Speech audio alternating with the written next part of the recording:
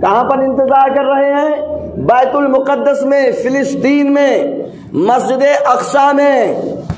سارے نبی اور رسول وہاں پر صفے بنائے، حضور اکرم نبی دو جہاں صلی اللہ علیہ وسلم کا انتظار کر رہے ہیں کہ امام الانبیاء آنے والے ہیں، تمام رسولوں کے امام آنے والے ہیں۔ پیارے آقا صلی اللہ علیہ وسلم کا انتظار ہو رہا ہے۔ کہاں ہو رہا ہے؟ فلسطین میں۔ کہاں ہو رہا ہے؟ بیت المقدس میں، مسجد اقصی میں، جس مسجد اقصی کو اللہ تبارک تعالیٰ نے قرآن پاک میں ذکر فرمایا۔ کہاں ذکر فرمایا؟ 15 پارے میں۔ 15واں پارہ یاد رکھو، یہ اپنے بچوں کو بتاؤ۔ یہ ظلم و زیادتی، یہ اتیاچار، یہ اٹیک، یہ اتپیڑن، یہ ٹارچر، یہ کوئی ملک کا نہیں ہے، یہ ایمان پر اٹیک ہے، ایمان والوں پر اٹیک ہے۔ میرے دوستو، اللہ تبارک تعالیٰ نے، اب ہم آپ کو یہ بھی بتائیں گے ہم کر کیا سکتے ہیں۔ اب آپ کے دماغ میں آئے گا ہم کر کیا سکتے ہیں، اتنی دور ہزاروں کلومیٹر ہم کیا کر سکتے ہیں۔ تو میرے دوستو، رسول اکرم صلی اللہ علیہ وسلم نے فرمایا دعا مومن کا ہتھیار ہے۔ کیا چیز؟ دعا تو کر سکتے ہیں، زبان تو ہلا سکتے ہیں، اپنے دل میں رو تو سکتے ہیں، ان کے لیے دو آنسو تو بہا سکتے ہیں، 5 ٹائم کی نماز پڑھ کے ان کے لیے ہم دعا تو کر سکتے ہیں۔ اس میں تو کوئی پابندی نہیں ہے، اس میں تو کوئی گرفت نہیں ہے، اس میں تو کوئی پکڑ نہیں ہے، اتنا تو ہم کر سکتے ہیں۔ رسول اکرم صلی اللہ علیہ وسلم نے فرمایا دعا یہ مومن کا ہتھیار ہے۔ اور ایک جگہ تو فرمایا الدعاء مخ العبادت، دعا جو ہے وہ عبادت کی جان ہے، دعا عبادت کی جان ہے، عبادت کی اصل ہے۔ میرے بھائیوں، تو ہم دعا کرنی ہے، دعا میں بہت طاقت ہے، پورے اخلاص کے ساتھ، پورے خلوص کے ساتھ، دل کی گہرائی کے ساتھ ہم ان اپنے بھائیوں کے لیے ہم دعا کر سکتے ہیں، اور ضرور کریں گے، اور ہمیں کرنا چاہیے۔ اور ایک مسلمان کا دوسرے مسلمان پر حق ہے۔ یہاں کوئی علاقہ، کوئی ملک کی قید نہیں ہے، کوئی فاؤنڈیشن نہیں ہے۔ رب کائنات قرآن پاک میں فرماتا ہے کیا؟ انما المؤمنون اخوہ، انما المؤمنون اخوہ۔ مسلمان آپس میں کیا ہیں؟ بھائی بھائی ہیں۔ صرف مسلمان آپس میں کیا ہیں؟ بھائی بھائی ہیں۔ تو میرے بھائیوں، وہ مبارک و مقدس سرزمین بیت المقدس کی یہ اپنے بچوں کو بتائیے، اور بتائیے کہ ایمان والوں کا مسجد اقصی کے ساتھ، فلسطین کے ساتھ، بیت المقدس کے ساتھ رشتہ کیا ہے، کنیکشن کیا ہے، یہ ہمیں بتانے کی ضرورت ہے۔ قرآن پاک کو پڑھو، 15ویں پارے میں رب کائنات نے صاف صاف فرمایا ہے، اور بھی بہت جگہ قرآن پاک میں فلسطین کا، ارض مقدس کا اللہ تبارک تعالیٰ نے ذکر فرمایا ہے، ذکر فرمایا ہے۔ یہ ہمیں اپنے بچوں کو بتانا چاہیے، یہ سمجھانا چاہیے۔ اور پیارے آقا صلی اللہ تعالیٰ علیہ وسلم فرماتے ہیں کہ المسلم اخو المسلم، مسلمان اپنے مسلمان کا بھائی ہے۔ المسلم اخو المسلم، مسلمان مسلمان کا بھائی ہے۔ لا یظلمہ، نہ ہی وہ اس پر ظلم کرتا ہے، ولا یخذلہ، نہ ہی وہ اس کو مدد کے بعد بے یار و مددگار چھوڑ کر نہ اس کو وہ رسوا کرتا ہے، ولا یحقرہ، اور نہ ہی وہ اس کو کم سمجھتا ہے، نہ ہی وہ اس کو اپنے سے کمتر آنکتا ہے۔ پیارے آقا صلی اللہ تعالی علیہ وسلم نے ارشاد فرمایا کہ مسلمان مسلمان کا بھائی ہے۔ اور ایک جگہ پیارے آقا صلی اللہ علیہ وسلم نے فرمایا سارے مسلمان ایک بلڈنگ کی طرح ہیں، سارے مسلمان ایک عمارت کی طرح ہیں، ایک بلڈنگ کی طرح ہیں۔ جب کسی عمارت میں کوئی حصہ کمزور پڑتا ہے تو آپ یہ نہ سمجھیں کہ وہ حصہ کمزور ہو رہا ہے، بلکہ پوری عمارت کمزور ہو جاتی ہے، پوری عمارت کمزور ہوتی ہے۔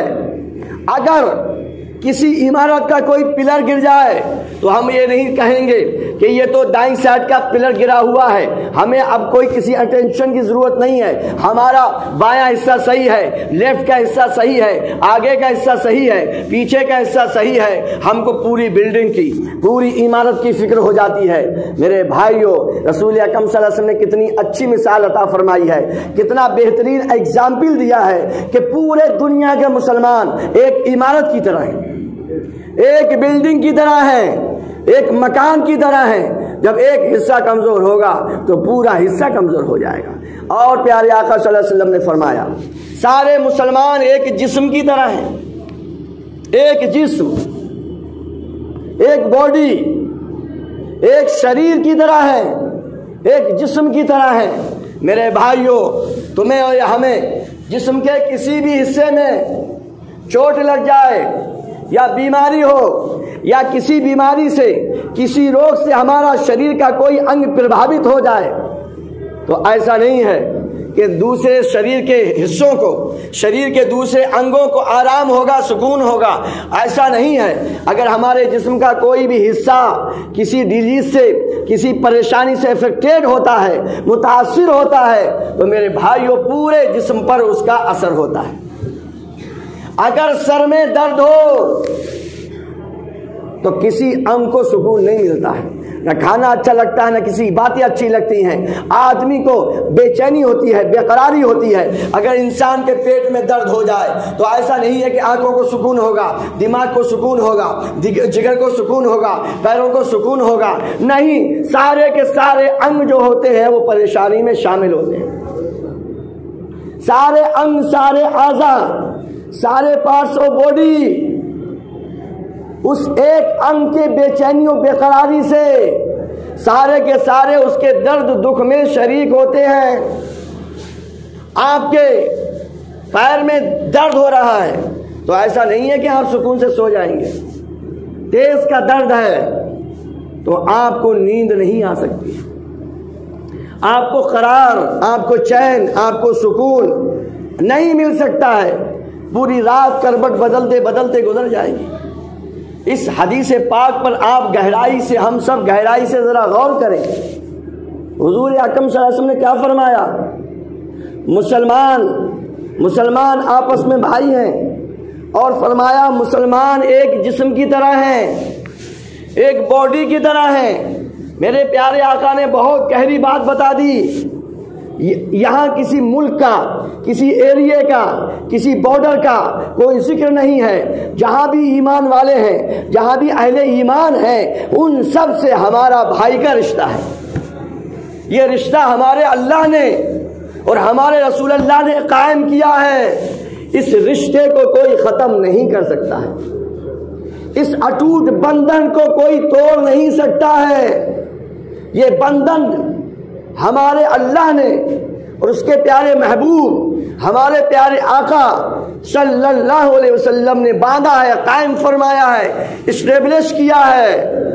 میرے بھائیوں، اس رشتے کے حق کو سمجھو، حق کو پہچانو اور اس رشتے کا حق ادا کرو۔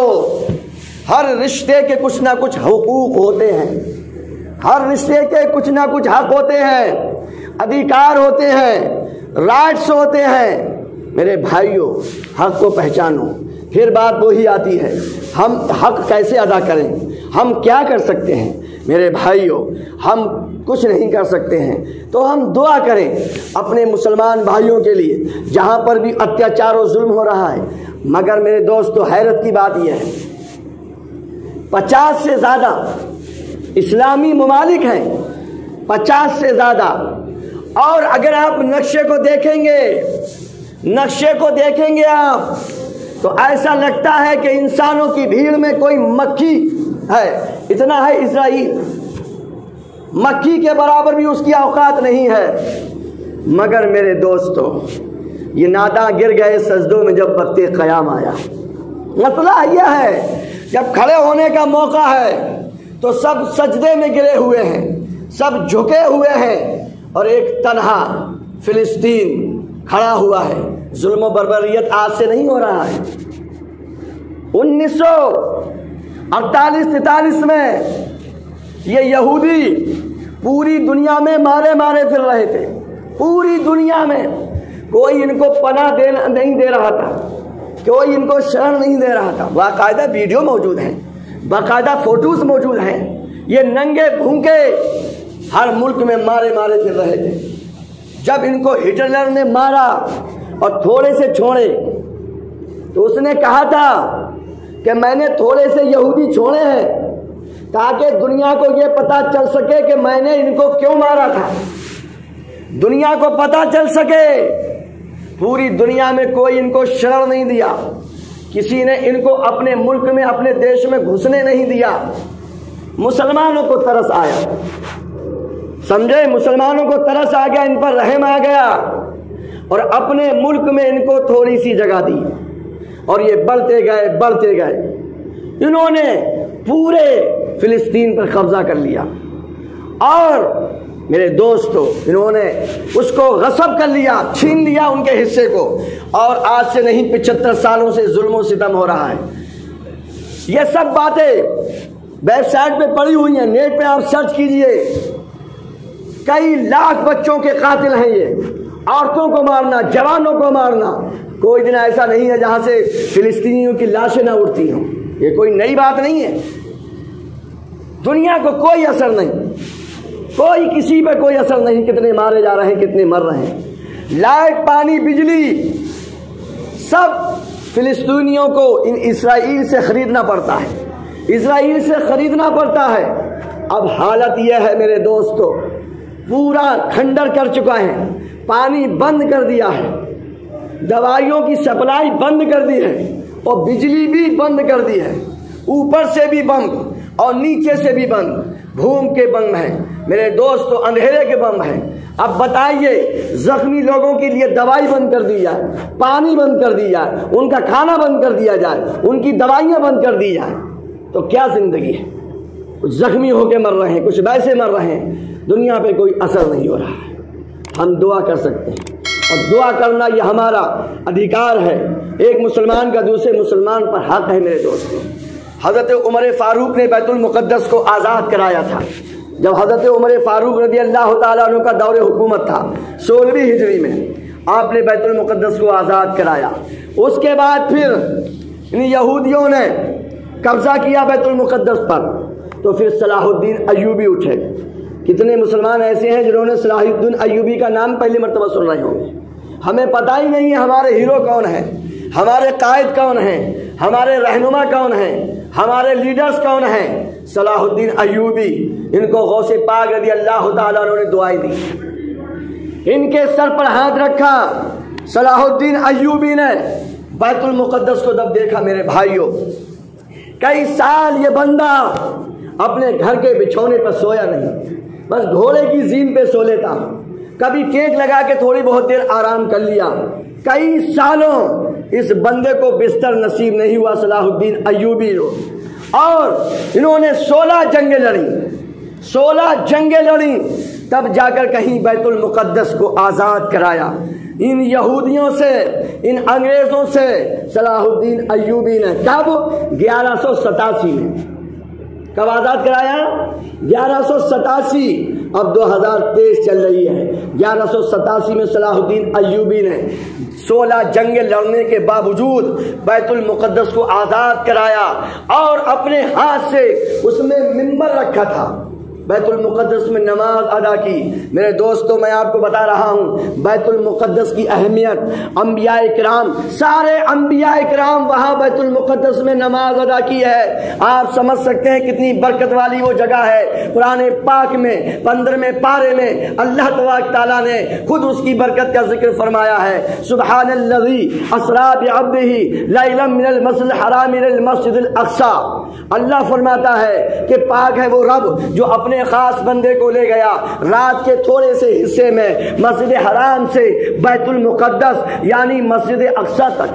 اللہ فرماتا ہے اس کے ارد گرد ہم نے برکتیں رکھی ہیں، اس کے آس پاس اللہ فرما رہا ہے ہم نے اس بیت المقدس کے مسجد اقصی کے آس پاس برکتیں رکھی ہیں، ہم نے برکتیں رکھی ہیں۔ اللہ پاک فرما رہا ہے سارے انبیاء کرام وہاں پر حضور اکرم صلی اللہ علیہ وسلم کا انتظار کر رہے ہیں، سارے نبیوں کے قدم وہاں موجود ہیں، سارے انبیاء کرام وہاں موجود ہیں، سارے رسول وہاں پر موجود ہیں۔ میرے مصطفیٰ جان رحمت صلی اللہ علیہ وسلم مسجد حرام سے بیت المقدس آتے ہیں اور تمام انبیاء کرام ہمارے پیارے آقا صلی اللہ علیہ وسلم کا استقبال کرتے ہیں، اور حضور کے پیچھے سارے نبیوں نے نماز پڑھی ہے۔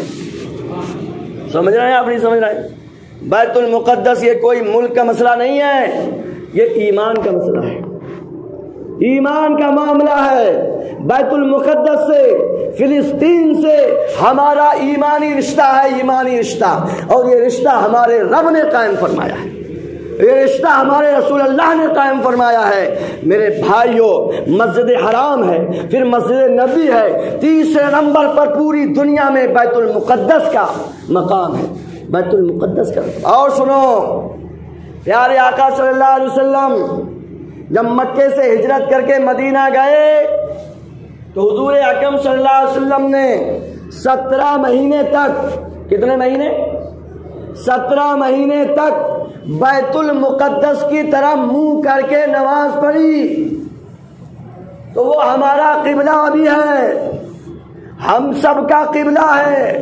پیارے آقا صلی اللہ علیہ وسلم نے 17 مہینے تک، ابھی تو ہم سب کعبہ شریف کی طرف منہ کر کے نماز پڑھتے ہیں، 17 مہینے تک حضور اکرم صلی اللہ علیہ وسلم نے اور حضور کے ساتھ سارے صحابیوں نے 17 مہینے تک بیت المقدس، فلسطین، مسجد اقصی کی طرف منہ کر کے نماز پڑھی ہے، 17 مہینے تک، تو وہ ہمارا قبلہ بھی ہے۔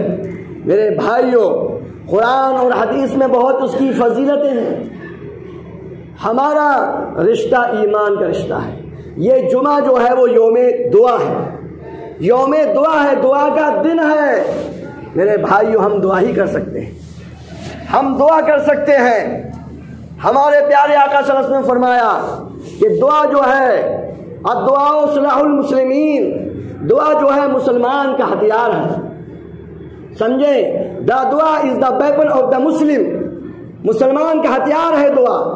تو میرے بھائیوں، یہ دعا کیجئے، دل و جان سے دعا کیجئے، سونے سے پہلے دعا کیجئے، ہر وقت دعا کیجئے، اٹھتے بیٹھتے دعا کیجئے، نمازیں پڑھ کے دعا کیجئے، آنسو بہا کے دعا کیجئے، رو کے دعا کیجئے۔ یہ کسی فلسطین کا مسئلہ نہیں ہے، یہ ہمارے گھر کا مسئلہ ہے، ہر ایمان والے کے گھر کا معاملہ ہے، یہ ہر ایمان والے کے گھر کا معاملہ ہے، یہ کسی ملک کا، کسی دیش کا، کسی باہری مسئلہ نہیں ہے، یہ ہمارے گھر کا مسئلہ ہے۔